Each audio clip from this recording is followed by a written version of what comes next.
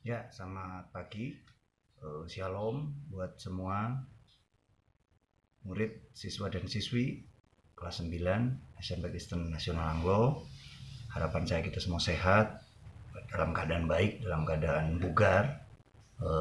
Saya dan keluarga juga di sini sangat sehat dalam masa isolasi diri selama sudah hampir 2 kali 14 hari, dan kita masih tetap diberikan kekuatan. Saya percaya karena kebaikan Tuhan. Oleh karena itu mari kita, sebelum memulai pelajaran ini, kita berdoa terlebih dahulu. Bapak di surga, terima kasih buat hari ini. Kau begitu baik bagi kami, murid-murid kami juga hamba-Mu ini dalam keadaan sehat, dan Kau sebenarnya kami mau belajar, berkat-Mu turun atas kami, sukacita-Mu turun atas kami, sehingga kami mampu belajar dan mengerjakan setiap tugas yang diberikan. Terima kasih, dalam nama Yesus kami berdoa, amin. Oke, sebelum melanjutkan pelajaran, saya harap kalian mendengarkan baik-baik pelajaran ini, karena soalnya tugasnya tidak ada dalam format dokumen, tapi saya akan berikan dalam video ini. Jadi di depan, di tengah, di belakang. Kalau hanya disaksikan belakangnya saja, tidak ada tugas yang terlihat jelas, tapi kalian harus menyaksikan, menonton video ini dari depan sampai akhir untuk mengetahui tugas-tugas yang akan diberikan. Oke, tugas yang pertama, jangan lupa kalian subscribe dulu di channel saya. Dan yang kedua, kalian tekan tombol like, karena tombol like itu gratis.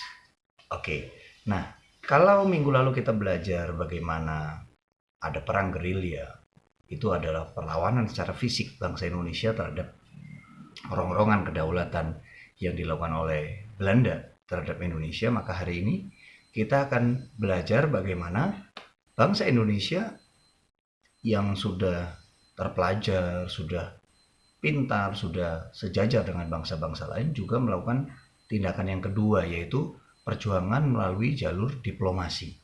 Nah, diplomasi ini artinya lewat jalur perundingan, bukan fisik, bukan berperang, tetapi melalui perundingan, sehingga terjadilah perjanjian yang tertulis, dan itu efeknya sangat kuat dibandingkan perang, karena tertulis, dan jika itu dilanggar, maka ada wilayah hukum yang bisa ditempuh, yaitu pengadilan internasional, yaitu di Perserikatan Bangsa-Bangsa. Nah, oleh karena itu bangsa Indonesia menempuh jalur ini selain berperang juga, yaitu tujuannya agar Indonesia mengakui kedaulatan Indonesia sebagai negara yang merdeka dan punya kedudukan yang sama dengan negara lain yang sudah terlebih dahulu merdeka.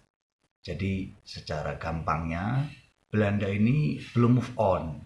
Dia ingin kembali menguasai Indonesia, tetapi kita sebagai bangsa yang sudah memproklamasikan kemerdekaan 17 Agustus 1945, kita melawan karena mereka mengambil yang bukan haknya lagi. Nah, ada 4 perundingan besar. Yang pertama adalah perundingan Linggarjati. Jadi ini adalah perundingan awal di Linggarjati, daerah Cirebon ya. Kalau kalian pernah ke Cirebon, naik ke atas ke daerah Kuningan, daerah pegunungan, di sana ada satu daerah namanya Linggarjati. Nah, di sana terjadi perundingan, dan itu berlangsung tanggal 10 sampai 15 November 1946 dan menghasilkan persetujuan mengenai status kemerdekaan Indonesia. Hasil tersebut ditandatangani di Istana Merdeka Jakarta 15 November 1946 dan ditandatangani secara sah oleh Belanda dan Indonesia tanggal 25 Maret 1947. Nah, untuk mengingatkan, silakan kalian boleh membaca buku pelajaran, buku sekolah digital, buku sekolah elektronik kelas 9, halaman 130 sampai 136. Oke, saya lanjutkan. Dalam perundingan Linggarjati ini, Indonesia diwakili oleh Sultan Syahrir, sementara Belanda diwakili oleh Wim Schermerhorn dengan anggota H.J. van Mook dan Lord Killern dari Inggris sebagai mediator. Jadi Inggris bertindak sebagai mediator di tengah-tengah supaya perundingannya berjalan dengan baik. Nah, ada 17 pasal, tapi kira-kira ada 4 poin yang penting. Yang pertama, Belanda mengakui secara de facto, faktanya, real di lapangan, bahwa ada wilayah Republik Indonesia, tetapi hanya Jawa, Sumatera, dan Madura. Selebihnya masih diklaim sebagai milik Belanda. Belanda yang kedua, Belanda harus meninggalkan Indonesia tanggal 1 Januari 49 paling lama. Ya. 3, Belanda dan Indonesia sepakat membuat Negara Republik Indonesia Serikat yang kita sering dengar dalam pelajaran disebut RIS, Republik Indonesia Serikat. Nah, kenapa dibuat Republik Indonesia Serikat? Kembali lagi, Belanda ingin memecah belah kita. Dengan cara apa? Dengan cara membuat negara-negara bagian, sehingga nanti akan ada negara-negara boneka. Negara boneka adalah negara yang sebetulnya dikontrol oleh kekuatan yang lebih besar, yaitu dalam hal ini Belanda. Belanda ingin mengkotak-kotakan Indonesia, ingin mengintervensi Indonesia sehingga Indonesia tidak bisa bersatu seperti hari ini. Kira-kira seperti itu. Dan yang keempat, dalam bentuk Republik Indonesia Serikat, Indonesia harus masuk dalam Persemakmuran Indonesia Belanda dengan mahkota negeri Belanda sebagai kepalanya. Jadi artinya kita di bawah Belanda. Ya, merdeka tetapi tidak merdeka. Tapi ini baru langkah awal. Ini masih perundingan awal, dan ini sebuah kemajuan daripada Belanda tidak mengakui sama sekali kemerdekaan Indonesia. Nah, yang kedua ada perjanjian Renville. Nah, perjanjian Renville ini kenapa disebut Renville? Karena diselenggarakan di sebuah kapal, ya, kapal perang milik Amerika Serikat yang namanya Renville.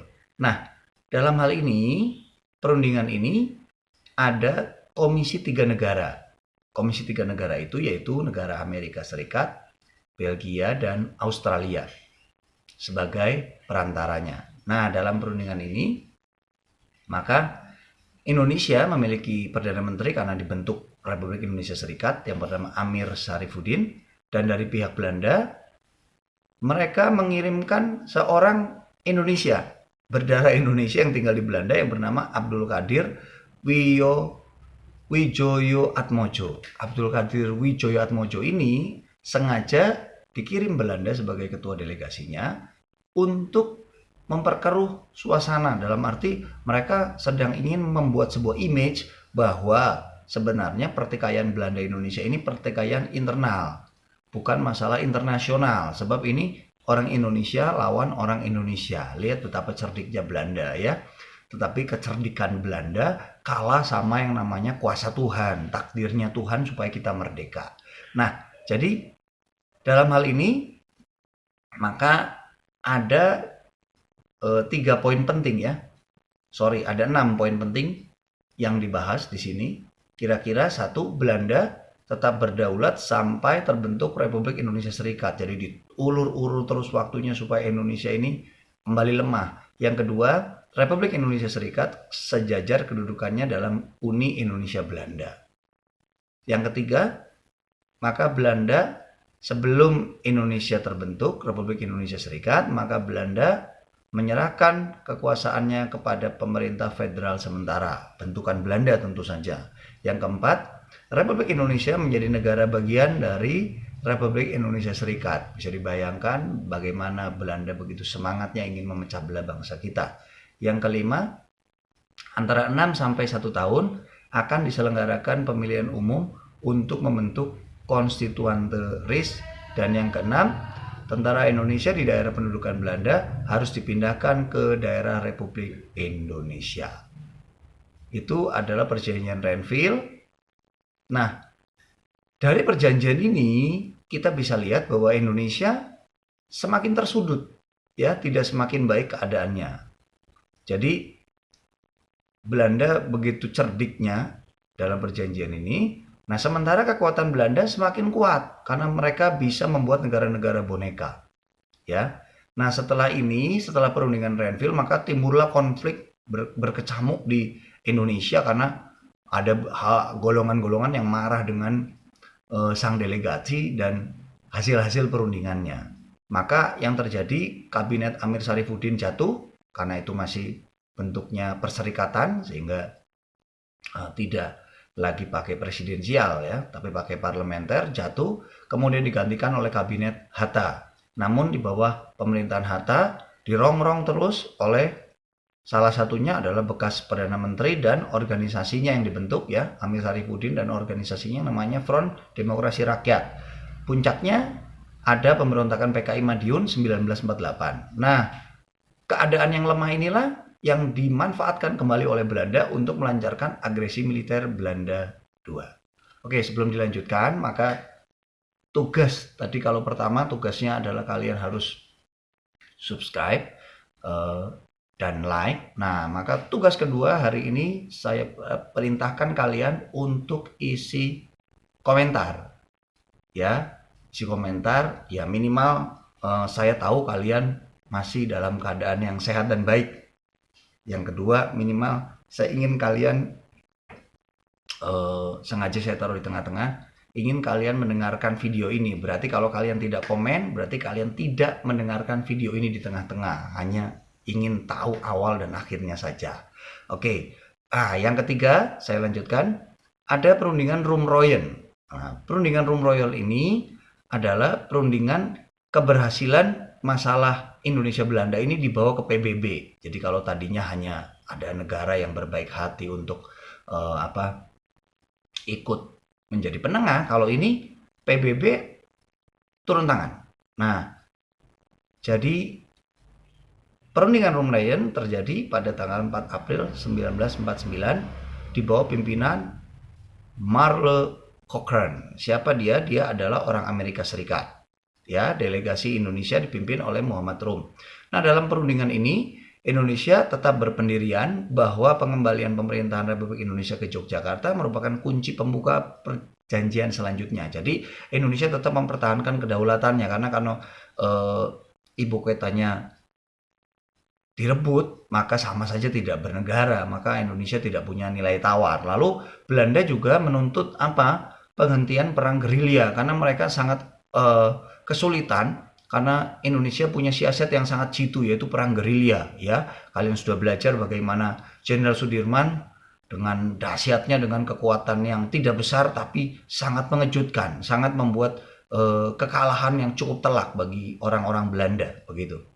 Nah, sehingga kemudian terjadilah kesepakatan untuk ya, jadi tanggal 7 Mei 49 ada persetujuan kedua belah pihak, kemudian disepakati bersama untuk melakukan resolusi Dewan Keamanan PBB ya, sudah diambil alih oleh PBB tanggal 2 Januari 49 dan persetujuan tanggal 23 Maret 49. Ya, isinya antara lain adalah, jadi ini yang disepakati oleh orang Indonesia, ya, Republik Indonesia. 1.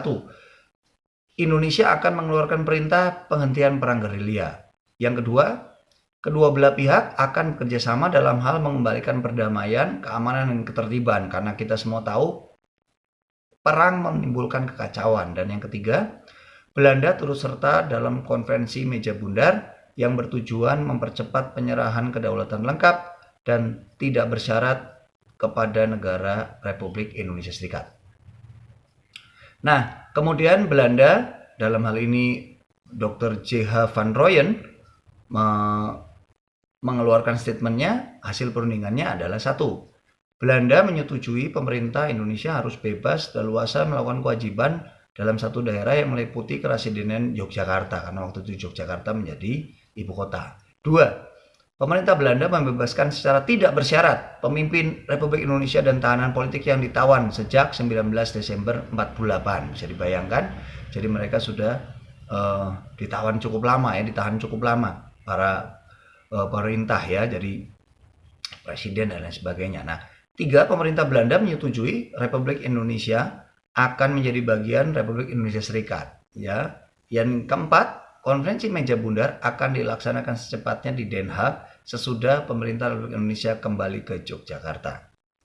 Setelah tercapainya perundingan Rumreyen 1 Juli 49, Indonesia secara resmi kembali ke Yogyakarta, disusul dengan kedatangan para pemimpin Republik Indonesia dari medan gerilya.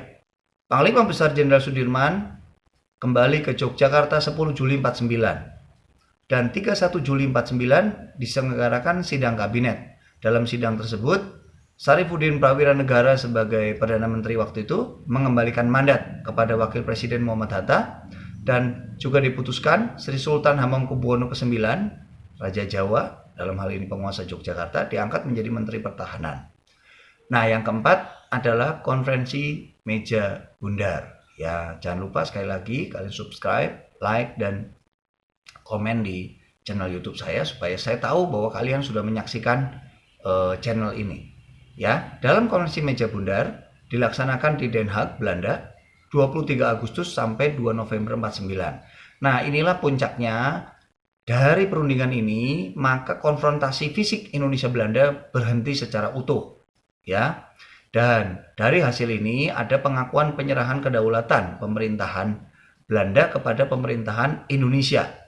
Ya, sekalipun masih negara federal, yaitu negara Republik Indonesia Serikat. Samping itu ada empat penting ya menjadi isi kesepakatan dalam konferensi meja bundar. Yang pertama, pembentukan Uni Belanda Republik Indonesia Serikat yang dipimpin oleh Ratu Belanda. Yang kedua, Soekarno dan Muhammad Hatta menjadi presiden dan wakil presiden sampai dari 49 sampai 50. Dan Mr. Muhammad Hatta menjadi Perdana Menteri. Nah, ini salah satu intervensi Belanda. Masih saja coraknya divide et imperanya ya. 3, Irian Barat, yaitu tanah Papua, Irian Jaya, masih dikuasai Belanda dan tidak masuk dalam wilayah Republik Indonesia Serikat sampai dilakukan perundingan selanjutnya. Jadi mereka masih ingin sekali menguasai Papua. Yang keempat, Indonesia harus menanggung hutang luar negeri Hindia Belanda sebesar 4,3 miliar gulden. Dari mana angka ini? Ya, mereka mungkin menghitung dari pembangunan Indonesia. Padahal mereka mengambil keuntungan dari Indonesia sangat-sangat jauh lebih besar daripada nominal hutang tersebut. Nah, dari satu sisi, konferensi meja bundar itu sebuah kemajuan karena Indonesia diakui kemerdekaannya, kedaulatannya, dan menyerahkan kedaulatan secara penuh kepada Indonesia. Namun, di sisi yang lain, Indonesia masih sangat ingin dicengkram oleh Belanda. Belanda sangat ingin menguasai Indonesia. Ini dibuktikan dengan republiknya adalah Republik Indonesia Serikat. Nah, perjuangan perundingan ini, kalau kita melihat sebuah pesan moral dari materi ini, maka kita melihat bahwa bangsa Indonesia adalah bangsa yang cinta damai. Kita tidak mengutamakan kekerasan dan dalam menyelesaikan persoalan. Ini adalah budaya kita. Dari kita tercerminlah sikap-sikap yang ada dalam Pancasila, bahwa kita adalah orang yang mengutamakan persatuan, kesatuan, musyawarah, dan gotong royong. Nah, inilah yang membuat bangsa kita memang unik ya. Dan sampai hari ini berbagai macam suku bangsa kita masih tetap kuat karena memang budaya ini yang melekat kuat dalam diri kita. Oke. Nah, jangan lupa untuk menekan subscribe, like, dan komen karena itu wajib, sebab kalian tidak akan dinilai tanpa melakukan 3 hal itu sebagai bukti bahwa kalian absen ada di kelas saya. Dan tugas yang terakhir akan saya berikan yaitu silakan kalian mencari nomor WhatsApp Ibu Lydia, dan ini tugas harus dilakukan. Semua murid kelas 9 wajib mengirim WhatsApp kepada Bu Lydia dengan isi ucapan terima kasih dari kalian secara pribadi karena beliau mewajibkan saya untuk tidak memberikan tugas baik itu tertulis maupun video. Jadi saya hanya kasih tugas satu sama kalian, buka handphone kalian, cari WhatsApp Bu Lydia dan ucapkan terima kasih. Bu Lydia, terima kasih karena hari ini PPKN kami bebas tugas. Terima kasih sudah menyaksikan pelajaran saya. Harapan saya kalian tetap sehat, semakin kuat, dan jangan sampai sakit. Jangan lupa berjemur. Jangan sampai kalian menjadi kaum rebahan hanya karena COVID-19, karena kita masih belum melaksanakan kelulusan, belum melaksanakan graduation, dan kita belum bertemu secara fisik. Saya nantikan kalian, saya sangat merindukan bertemu dengan murid-murid saya dalam keadaan sehat, dalam keadaan kuat, dan kalian tetap semangat karena Indonesia harus menjadi lebih baik di tangan kalian. Oke, selamat pagi, Tuhan Yesus memberkati. God bless you.